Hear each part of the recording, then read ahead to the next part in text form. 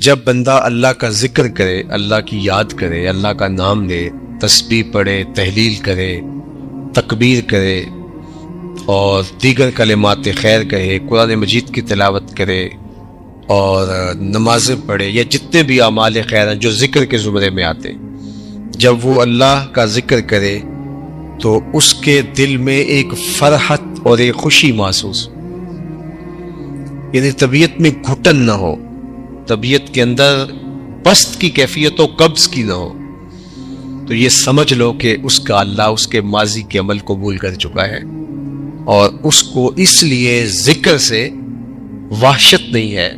کچھ لوگ ہیں وہ کہتے ہیں میں بس ذکر کرنے لگ جاتا ہوں میرے دل کو کچھ ہونے لگ جاتا ہے، تو یہ جو گھٹن کا پیدا ہو جانا ہے اس پر رجوع چاہیے، اس پر توبہ چاہیے۔ اس کا بھی علاج ہے۔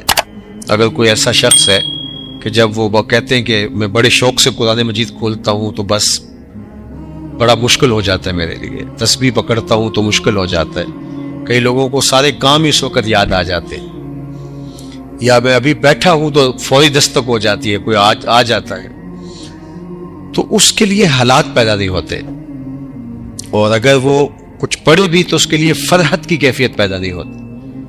تو اس کا حل یہ ہے کہ لا حول ولا قوت الا باللہ، اس کو بار بار پڑھے، کیونکہ یہ پڑھنے سے جو ہے وہ اللہ تعالیٰ اس کو حفاظتوں کا حصار عطا کرے گا اور بیماریاں دور کرے گا۔ یہ روحانی بیماری ہے، لیکن اگر نیکی کرنے سے فرحت ملتی ہے اور خوشی نصیب ہوتی ہے تو یہ اس بات کی دلیل ہے کہ اللہ جل شانہ نے اس کے لیے آسانیوں کے راستے کشادہ کر دیے ہیں، اور فرمایا کہ الا بذکر اللہ تطمئن القلوب، کہ اللہ کا ذکر جو ہے دلوں کو طمانینت، سکون بخشتا ہے۔ تو یہ تو طے شدہ حقیقت ہے، امر واقعہ ہے کہ ذکر الہی فرحت قلب کا سبب ہے، اور اگر فرحت نہیں ہے تو پھر مسئلہ ہے، یعنی آپ میٹھی چیز اگر زبان پہ رکھیں گے تو اس کی حلاوت محسوس ہوگی، اس کی مٹھاس سے آپ ایک خوشگوار فرحت محسوس کریں گے، لذت کام و دہن کی تسکین کا سامان بنے گی وہ چیز۔ لیکن اگر آپ کوئی میٹھی چیز اپنے منہ پہ رکھتے ہیں تو آپ کو کچھ بھی محسوس نہیں ہوتا، الٹا آپ کو تلخی ہونے لگ جاتی ہے، تو پھر اس کا مطلب ہے کہ آپ کو کوئی مسئلہ ہے، صفرا کی کوئی تہ چڑھ گئی ہے زبان کے اوپر، اور وہ اتنی دبیز ہے کہ وہ قوت ذائقہ کو روک رہی ہے۔ تو اللہ کا ذکر کرنے سے حلاوت نہیں ملتی، طمانینت اس کا لازمہ ہے، اور اگر نصیب نہیں ہوتی تو پھر اس کا مطلب سیدھا سیدھا یہ ہے کہ کوئی پردہ چڑھ گیا ہے دل کے اوپر، تو اس کے مداوے کی صورت کرنی چاہیے، توبہ کرنی چاہیے، لا حول ولا قوت الا باللہ العلی العظیم پڑھنی چاہیے۔ اللہ نے ہمیں بڑا نوازا ہے، بہت کچھ عطا کیا ہے، بڑا کچھ نصیب فرمایا ہے۔ جس طرح کی میری اور آپ کی زندگی گزرتی ہے، ماضی میں تو بادشاہوں کی زندگی بھی اس طرح کی نہیں گزرتی تھی، وہ بھی گھوڑے کے اوپر سفر کرتے تھے، ہم تو گاڑیوں کے اوپر ٹھنڈے ماحول میں سفر کرتے ہیں۔ یہ پرانے بادشاہوں کے محلات میں نے دیکھے مختلف ممالک کے اندر، اچھے اچھے بنے ہوئے، لیکن اس سے اچھے گھر، آسودہ گھر آپ لوگوں کے بنے ہوئے، تو پھر اللہ نے کتنا عطا کیا ہے۔ وہ ماضی کے اندر ہم سنتے تھے کہ فلاں فلاں فلاں کو میسر تھا، آج سب کچھ آپ کے پاس میسر ہے، لیکن ہم ناشکرے ہو گئے۔ آج ہمارا سب سے بڑا مسئلہ شکر گزاری سے گریز کرنا ہے۔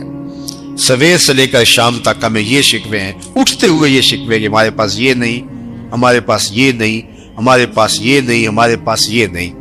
کبھی یہ بھی گننا شروع کریں کہ میرے اللہ نے مجھے یہ بھی عطا کیا، میرے اللہ نے مجھے یہ بھی عطا کیا، میرے اللہ نے مجھے یہ بھی عطا کیا۔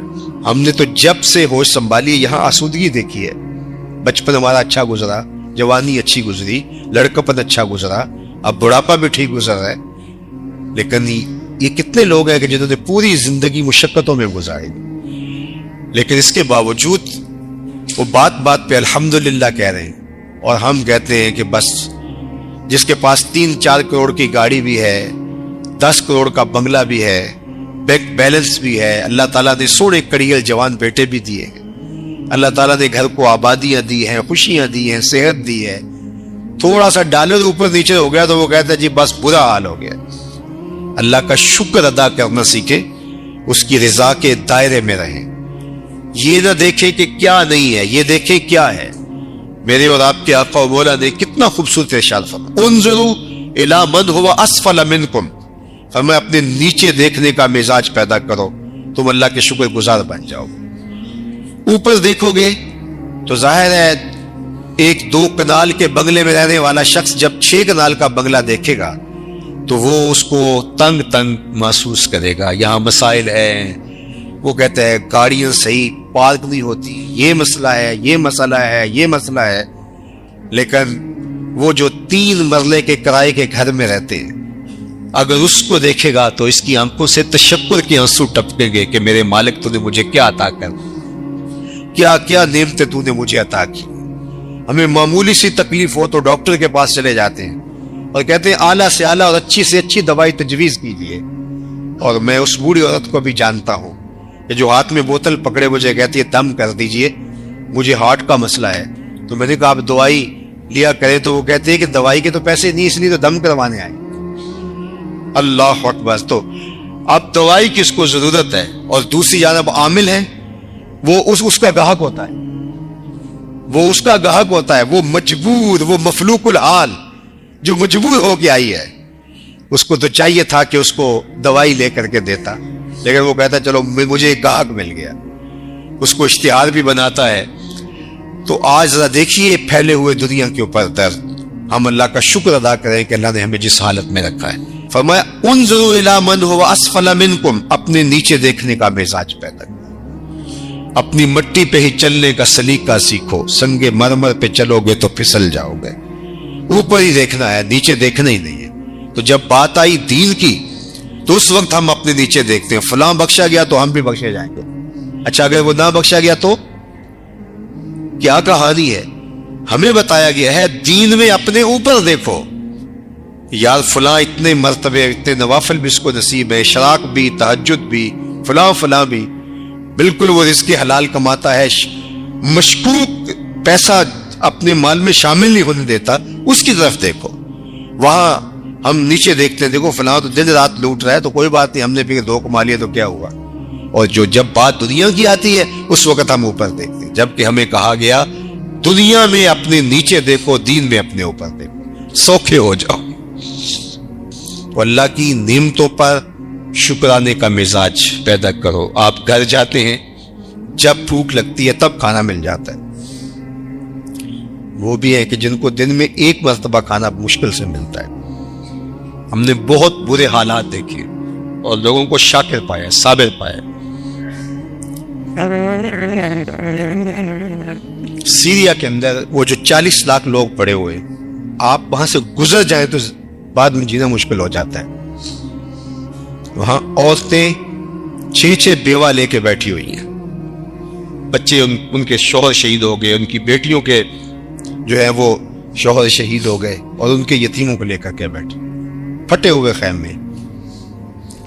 لیکن اس کے باوجود بھی ان کی زبان پہ ہم نے شکوہ نہیں دیکھا. یہی شکوہ ہے کہ امت کہاں ہے.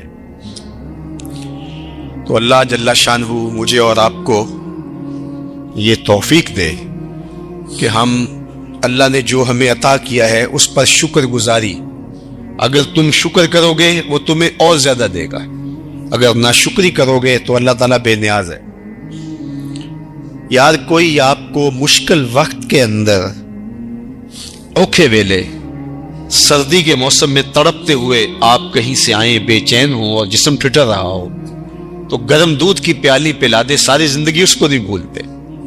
اور میرے رب نے کتنی نعمتیں عطا کی ہیں, کبھی شکر ادا کیا اس کا اس انداز سے. یہ جو کووڈ کے دن آئے تھے تو آپ کو پتا ہوگا کہ یہ آکسیجن نہیں مل رہی تھی, جو مصنوعی آکسیجن بندے کو چاہیے ہوتی ہے وہ نہیں مل رہی تھی, اور اس کے لیے کتنے پیسے خرچنے پڑتے تھے.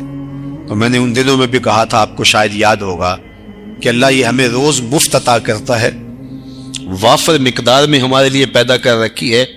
جس طرح ہم اپنا کھانا خریدتے ہیں, کپڑے خریدتے ہیں, گھر بناتے ہیں, اگر ہمیں آکسیجن بھی اپنی ضرورت کی پوری کرنی پڑتی, خریدنی پڑتی, امیر سے امیر آدمی بھی جو ہے وہ اس ڈیمانڈ کو پورا نہ کر پاتا.